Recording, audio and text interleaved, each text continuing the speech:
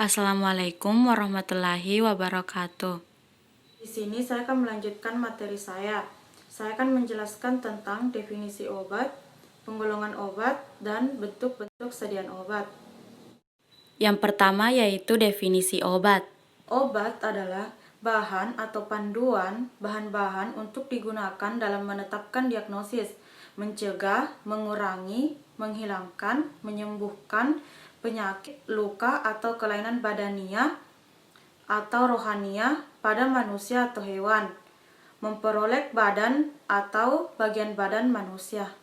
Selanjutnya yaitu penggolongan obat. Penggolongan obat yang pertama yaitu adalah obat bebas. Obat bebas ditandai dengan lingkaran berwarna hijau dengan garis tepi berwarna hitam.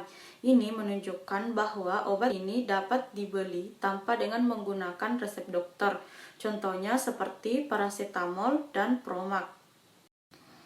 Yang kedua yaitu adalah obat bebas terbatas. Obat ini ditandai dengan lingkaran berwarna biru bergaris tepi hitam. Obat ini sebenarnya masih bisa dibeli tanpa menggunakan dengan resep dokter, tapi masih tergolong dalam obat keras. Jadi bagi orang yang memiliki penyakit tertentu harus berhati-hati dalam menggunakan obat ini dan sebaiknya menggunakan resep dokter. Contoh obat bebas terbatas yaitu CTM dan Lactobion. Yang ketiga yaitu obat keras. Golongan obat ini ditandai dengan garis tepi berwarna hitam dan huruf K di dalam garis atau lingkaran yang hampir menyentuh garis tepi. Obat ini hanya dapat dibeli dengan menggunakan resep dokter. Contohnya seperti pseudoephedrine dan loratadine. Yang keempat yaitu adalah obat golongan narkotik. Obat golongan narkotik mempunyai simbol seperti tanda plus dengan lingkaran berwarna merah. Obat golongan narkotik merupakan golongan yang paling berbahaya. Hanya bisa didapatkan dengan menggunakan resep dokter. Contohnya seperti kodein dan bupropion. Kelima yaitu adalah obat fitofarmaka. Obat golongan ini memiliki tanda kristal salju berwarna hijau pada lingkaran kuning dengan tepi warna hijau. Proses pengolahan bahan herbal yang telah ditunjang oleh bukti ilmiah secara penelitian klinik sampai kemanusiaan sehingga obat ini dapat disetarakan dengan obat modern. Contohnya seperti Stimuno. Yang keenam yaitu adalah obat herbal terstandar atau OHT.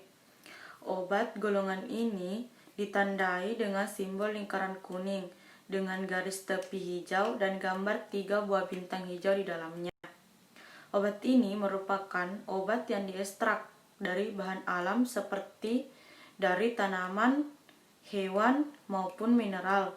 Umumnya, obat ini telah ditunjang dengan bukti ilmiah, yaitu secara penelitian, praklinik, uji toksisitas, dan dibutuhkan proses rumit, keterampilan, dan teknologi tinggi. Contohnya seperti antangin JRG. Yang ketujuh yaitu adalah obat herbal jamu.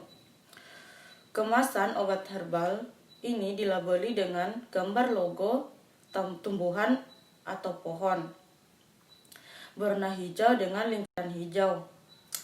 Bahan dasar dari obat herbal terbuat dari seluruh bagian tanaman yang telah diolah untuk mendapatkan khasiatnya sesuai dengan prosedur keamanan.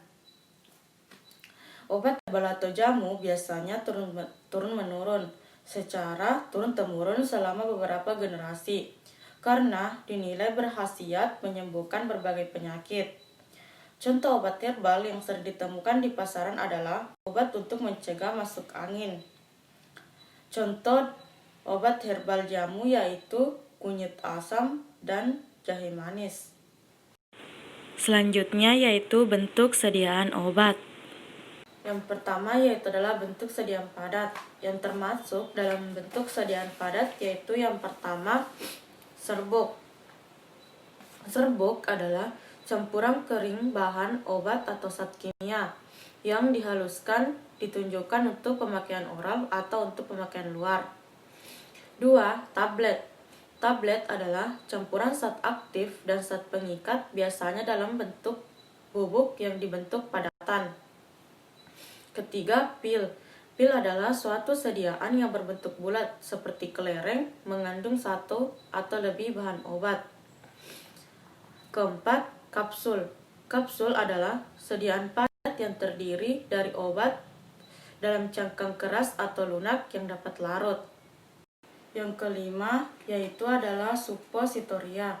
Suppositoria adalah obat solid atau padat berbentuk peluru yang dirancang untuk dimasukkan ke dalam anus atau rektum, vagina atau uretra.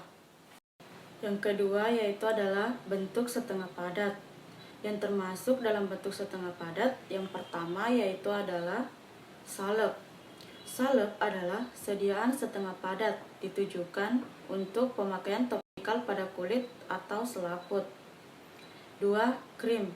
Krim adalah bentuk sediaan setengah padat berupa emulsi kental mengandung tidak kurang dari 60% air, dimaksudkan untuk pemakaian luar. 3. Pasta.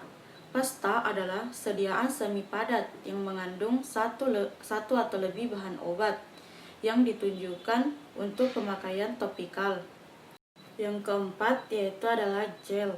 Gel adalah sediaan semi padat terdiri dari suspensi yang dibuat dari partikel anorganik yang kecil atau molekul organik yang besar terpenetrasi oleh suatu cairan. Yang ketiga yaitu adalah bentuk cair yang termasuk dalam bentuk cair yaitu suspensi, emulsi, potio, sirup, eliksir, obat tetes gargarisma, infus intravena, dan lotion. Terima kasih, jangan lupa like, komen, dan subscribe.